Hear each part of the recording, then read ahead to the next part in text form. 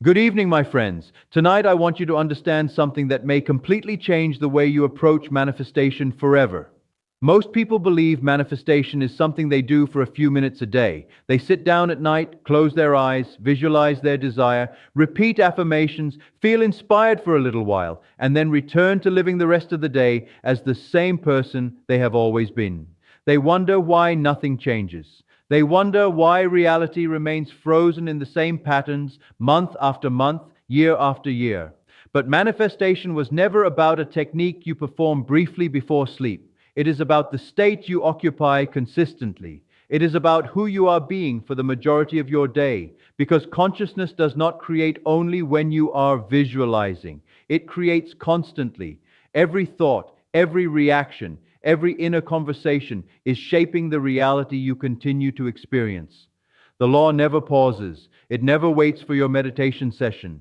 It is always reflecting your dominant state back to you with absolute precision. Think about your own life for a moment. There are times when you feel powerful during your practice.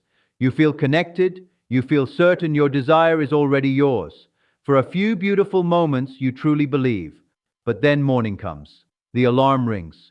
You reach for your phone, you check your messages, your bank account, your circumstances. Suddenly, the old identity returns. The worries come back. The doubts return. The same familiar thoughts begin repeating themselves again and again. You spend the rest of the day reacting to appearances instead of remaining faithful to your assumption. And by nighttime, you are exhausted, hoping another visualization session will somehow overpower the 23 hours you spent living in contradiction. My friends, this is why most manifestations appear delayed. Not because the law failed, not because you are unworthy, but because you continue returning to the old state over and over again until it becomes stronger than the new one you are trying to create. The truth is simple, though most people resist it. Your dominant state always wins. The identity you repeatedly return to becomes your reality. If you spend most of your day feeling worried about money, then no matter how powerful your affirmations are at night, the dominant state is still lack. If you spend most of your day feeling abandoned, rejected, insecure, then no matter how vividly you visualize love before sleep, the dominant state is still loneliness. Manifestation does not respond to occasional effort. It responds to consistent identity.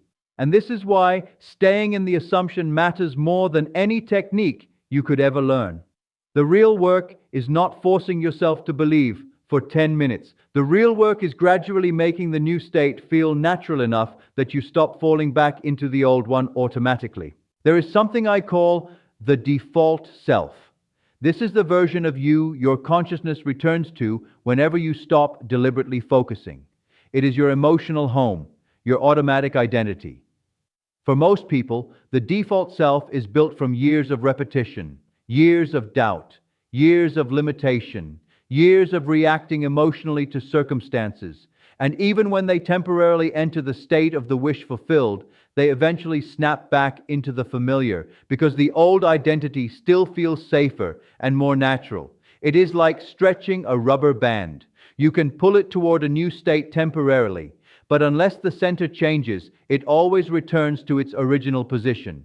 That is what happens with most manifestation practices. People stretch into abundance for a little while, then snap back into fear. They stretch into love for a little while, then snap back into insecurity. They stretch into confidence for a moment, then return to self-doubt. And because they keep returning, the old state continues reproducing itself. So the goal is not to force yourself to stay positive every second. The goal is to move the center, to make the desired state your new normal, your new default, your new automatic response to life. This is not done through strain. It is done through repetition, persistence, and gentle returning. Every time you catch yourself slipping into the old state and consciously return to the assumption of already having your desire, you weaken the old identity and strengthen the new one. That is the true practice, not perfection. Returning again and again until the return becomes natural, until eventually the new state feels more like home than the old one ever did. Now, the morning is one of the most important moments in this entire process because when you first wake up, your mind is still soft. The old patterns have not fully activated yet.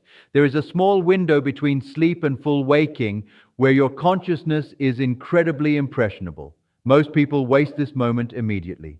They grab their phone, they check notifications, they think about stress, they remember problems, and within seconds, they reactivate the same identity they went to sleep trying to escape. But imagine if instead, for just 60 seconds, you remained in your desired state before touching the world, before checking circumstances, before thinking about responsibilities. Imagine waking up and immediately feeling yourself to already be the version of you who has the desire fulfilled, not imagining it somewhere far away, not hoping for it in the future, but simply being it now. That small practice alone begins to change the entire direction of your day. Because when you rise from bed as the person who already has it, everything shifts subtly. The way you walk changes. The way you speak changes. The way you react changes. You stop moving through life as someone trying to get something and begin moving through life as someone who already possesses it internally. And that distinction changes everything. A person who is chasing love behaves differently than a person who already feels loved. A person chasing wealth behaves differently than someone who already feels abundant. A person chasing success behaves differently than someone who already identifies as successful. Identity always shapes behavior.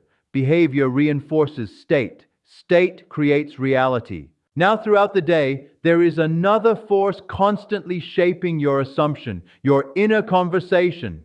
Most people never notice how much they are speaking against themselves internally. They think manifestation only happens during affirmations. But the truth is, your ordinary thoughts throughout the day are far more powerful because they are repeated constantly.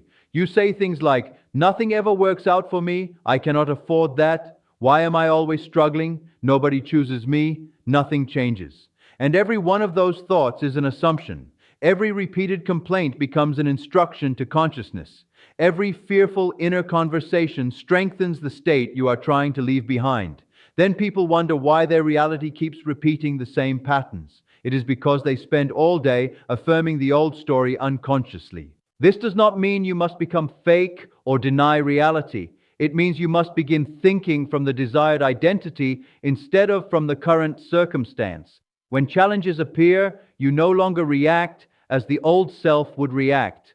You pause, you return. You remind yourself that circumstances are only echoes of past assumptions. They are old data. They are reflections of states previously occupied. And if you remain faithful to the new assumption long enough, reality must eventually reorganize itself around it. That is law, not hope, not philosophy, law. So throughout your day, gently watch your state, not obsessively, not fearfully, simply become aware. Ask yourself often, who am I being right now? Am I thinking like the version of me who already has my desire, or like the version still desperately trying to get it? That question alone can transform your consciousness. Because once you become aware of the state you are occupying, you gain the power to shift it deliberately instead of unconsciously repeating it forever. Now let us go deeper, because this is the part where most people lose faith. They begin practicing the assumption. They start changing their inner conversations. They wake up in the desired state. They feel progress within themselves. And then suddenly reality shows them something completely opposite of what they want.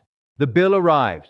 The message never comes. The opportunity disappears. The circumstances look exactly the same. And in that moment, panic rises inside them. Fear returns. Doubt begins screaming louder than before. They think maybe nothing is changing after all. Maybe they were only imagining it. Maybe the law is not working for them. And because they react emotionally to the appearance, they fall right back into the old state they were trying to escape. This is the moment where most manifestations collapse, not because the desire was impossible, but because the person abandoned the assumption the moment the outer world challenged it. You must understand something clearly. The physical world is always delayed. Always. Reality is not showing you your present consciousness instantly. It is showing you the residue of previous states. What you see today is often the reflection of what you repeatedly believed yesterday. So when contradictory evidence appears, it does not mean your new assumption failed. It simply means the outer world has not fully caught up yet. Most people cannot tolerate this delay. They need immediate reassurance. They need proof right away. And because they do not see movement instantly, they return emotionally to fear. But the one who truly understands the law remains steady even when appearances contradict them. They understand that reality is still rearranging itself beneath the surface. Think about planting a seed. The moment you place it into the soil, nothing visible happens immediately. For days there may be no evidence at all. Yet underneath the ground, life is already moving. Roots are forming. Growth is happening invisibly long before the surface changes.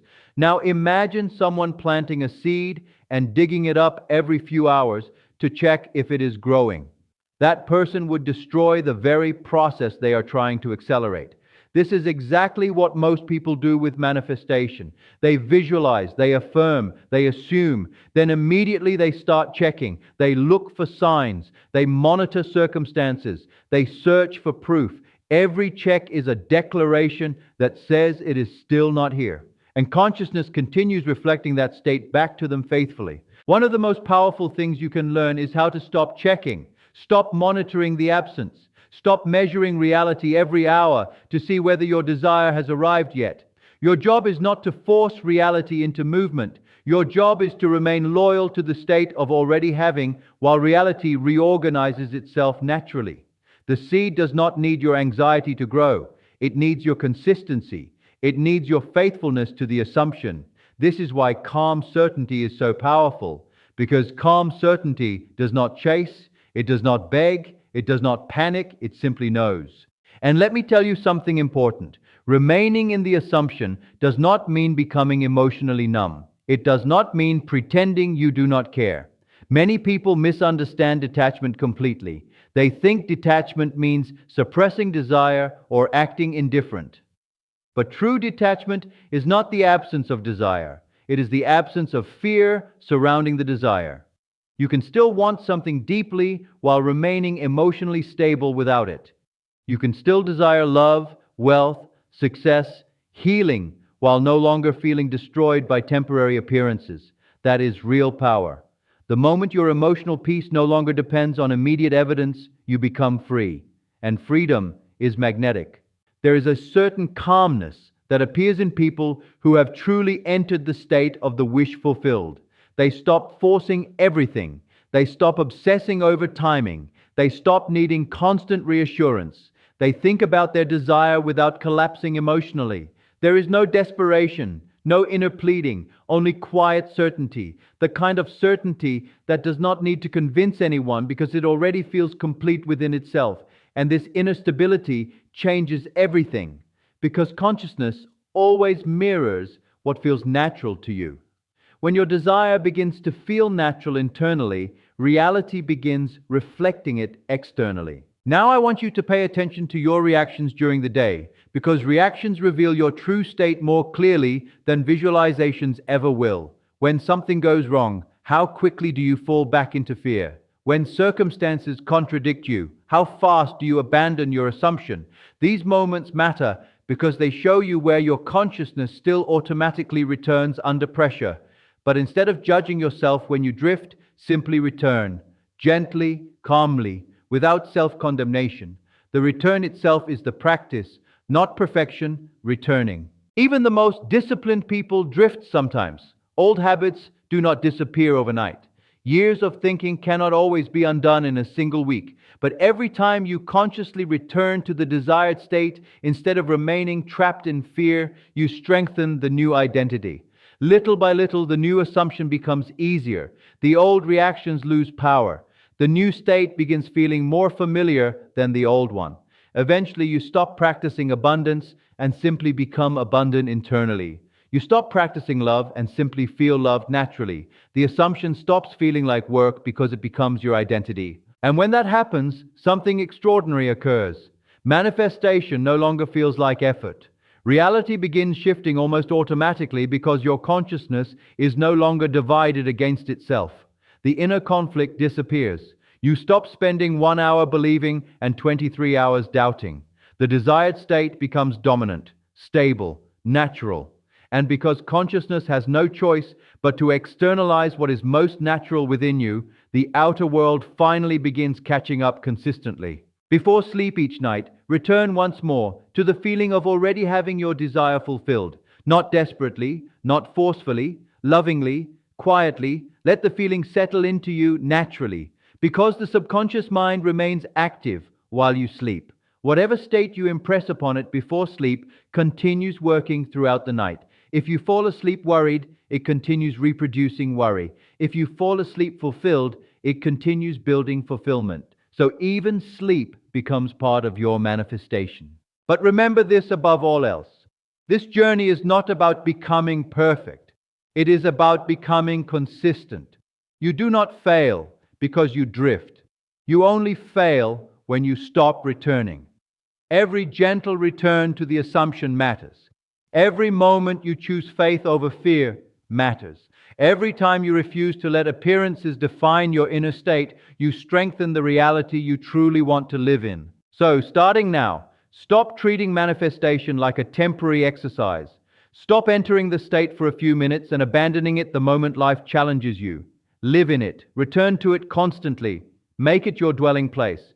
Become the version of yourself who already has the desire fulfilled internally long before the outer world confirms it. Because once the state becomes natural within you, reality cannot stop reflecting it forever. Assume it is done. Return whenever you drift. Remain faithful to the feeling. And little by little, almost quietly at first, your entire life will begin rearranging itself around the person you have become within consciousness.